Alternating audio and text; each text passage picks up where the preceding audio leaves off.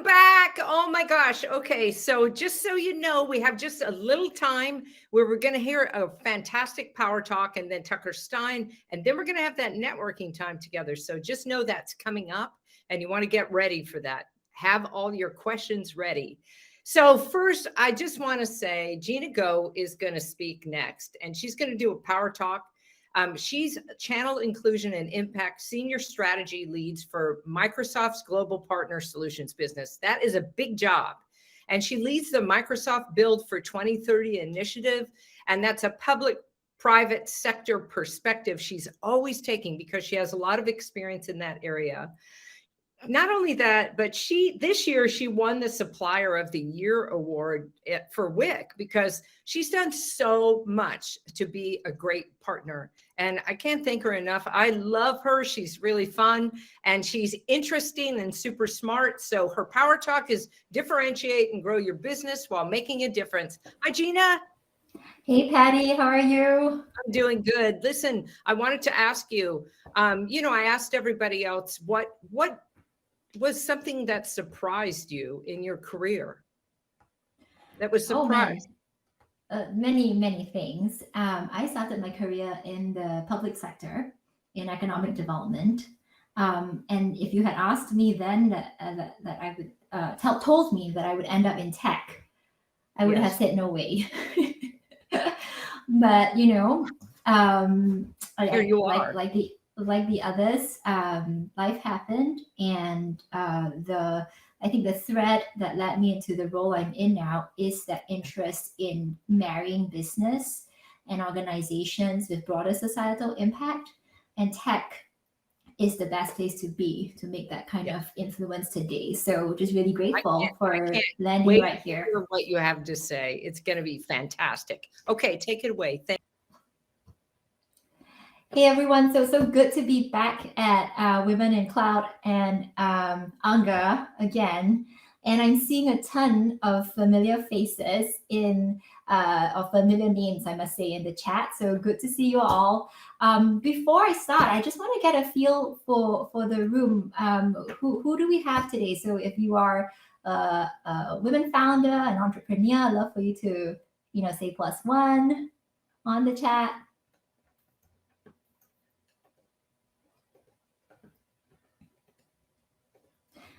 And then if you are someone who's a business leader looking to, drive change in your organization and drive ESG as well, love for you to say +1.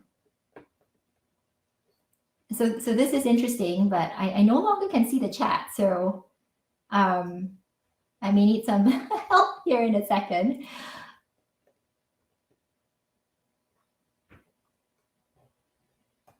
Oh, awesome. Okay, it came back for me. Just scroll down. Yes, we're all good, Patty. It came back. And then last question. Who is here, just as someone who wants to bring ESG into their job or their future? Love it. I think we're going to have something here for everyone today.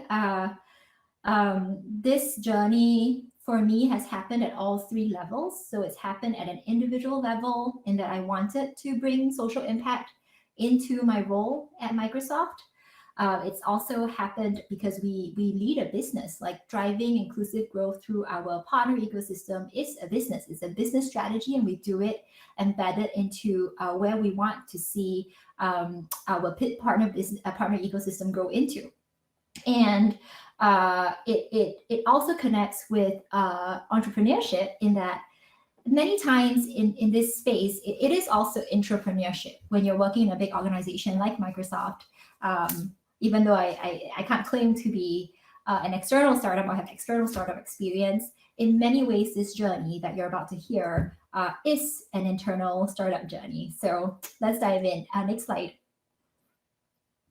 I'll start with a question. So let's imagine that, it's a big ship and you're steaming through the ocean. You're a big ship steaming through the ocean. And, what turns the ship? I'd love to hear a few answers on the chat. Any ideas? What turns a ship moving through the ocean? And I know some of you have heard this question before.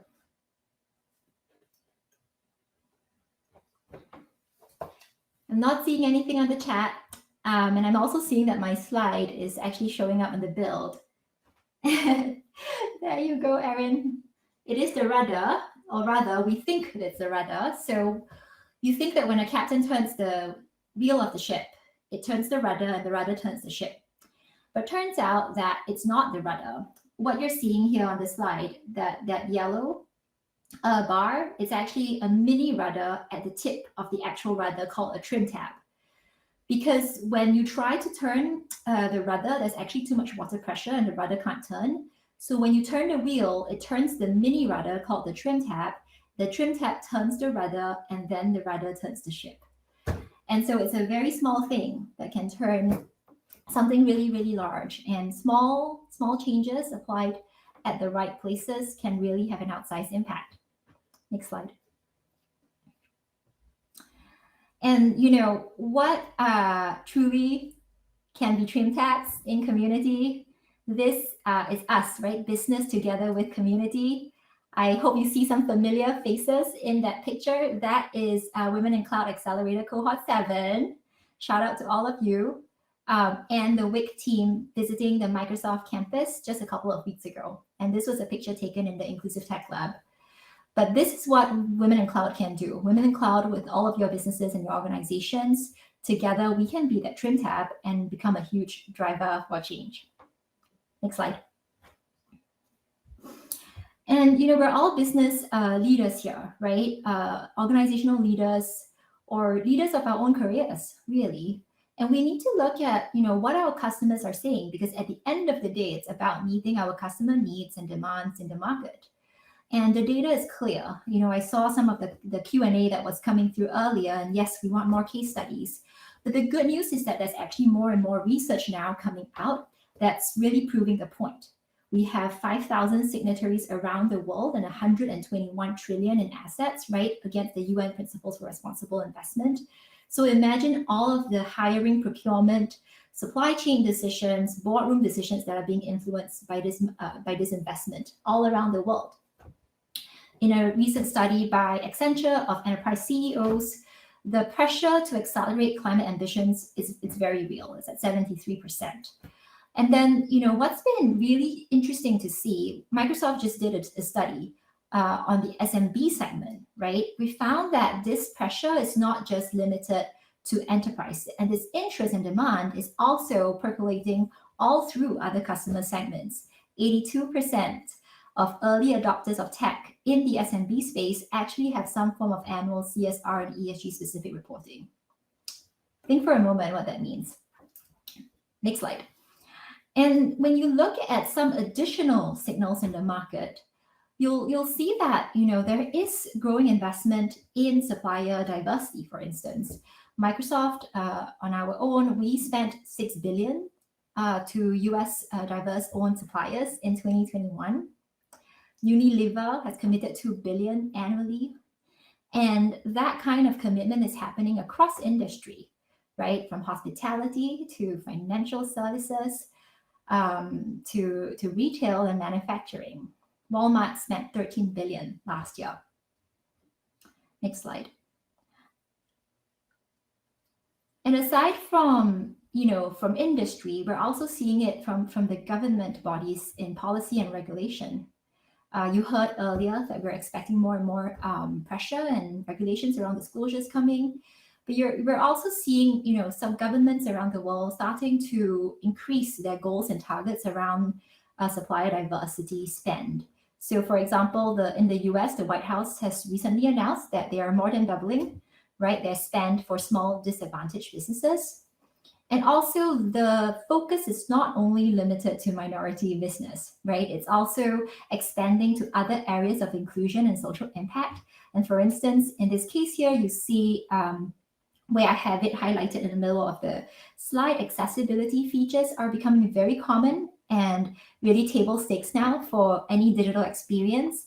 And a commitment to accessibility starts from this site. Next slide. And beyond the US, we are seeing similar things. And in some cases, more maturity, less maturity in different areas, but the trend is there.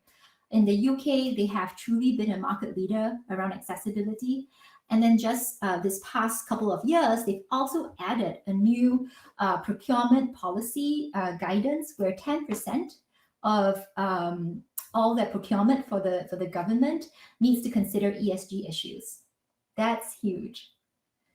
Australia updates to the Indigenous procurement policy and then increasing scrutiny and compliance around data privacy and GDPR. So next slide.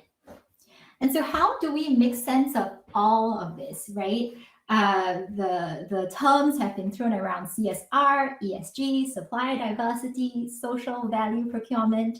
And you heard earlier, I thought Erica and Tegan did a wonderful job just explaining that there is a lot of debate now happening in the industry about what the terms mean, where do they start and end, and what's the right term to use for different industries, for people who have been in this space for a long time and people who are just coming to it. And I'd say the great news is that this debate is happening because it means that there is actually more attention to this expectation of businesses to be able to articulate what their ESG strategy is and their plan to taking it to market. Next slide. And so how do we differentiate with purpose for growth? I'm going to leave everyone today with four ideas and four ways you can get started right away. So we're going to talk about building a change-making culture and mindset. We're going to talk about establishing some principles and a North Star. We're going to talk about some actionable ways that you can actually align and start to align your business and solution strategies with the UN SDGs and ESG. And then how do you capture that differentiation in the marketplace? Next slide. So I know many of you are leaders that embrace, inclusion and diversity and growth mindset, and those are all wonderful cultural attributes. I want to add one more into that playbook for building your company's culture, and that's the mindset of a change maker and space within your organization to really embrace a change making culture. Why is this important? So when we started this work, one of the things that we did was to look around adjacent sectors who've been doing this as their bread and butter. And the social impact sector, the nonprofit sector, is really steeped, right, in how you actually make change happen. So we had worked with Ashoka, and Ashoka is a nonprofit, and they support a network of social entrepreneurs all around the world. They came up with a beautiful and very succinct definition of what change making is. Right, a change maker is anyone who is taking creative action to solve a social problem. They identify a specific problem or opportunity, give themselves permission to do something about it, and then solve it with a combination of knowledge, resources, and determination. And this is actually based on a lot of data that they had worked with McKinsey they studied their social entrepreneurship network all around the world, and they found that the social entrepreneurs who display skills in empathy, teamwork, and ability to think systemically and broaden their perspective, and willingness to find ways of shared leadership and find ways to scale leadership and scale the idea instead of just the organization, really had capacity to handle change and actually to make change happen. So I encourage you to read this article that we produced with Ashoka and think about how you can build that change-making capacity into your own organization as you grow your business. Next slide. The other thing that we do and that I highly encourage everyone to consider is to establish a set of guiding principles for how you lead your business and how you lead your solution strategy and build your product roadmap.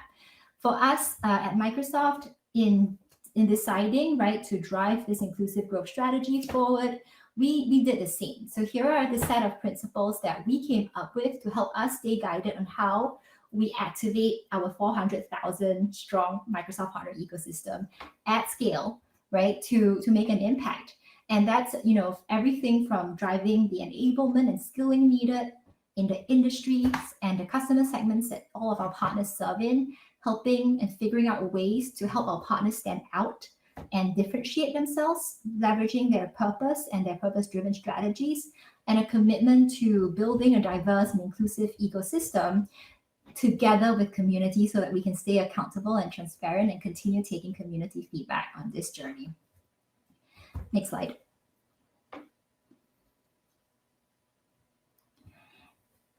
And so how do you start to integrate this into your business strategy and solution strategies? Earlier, there was also the advice from one of our speakers to use the existing frameworks. And the UN Sustainable Development Goals is really an incredible framework. It translates well globally, right? It's ratified by the UN member states.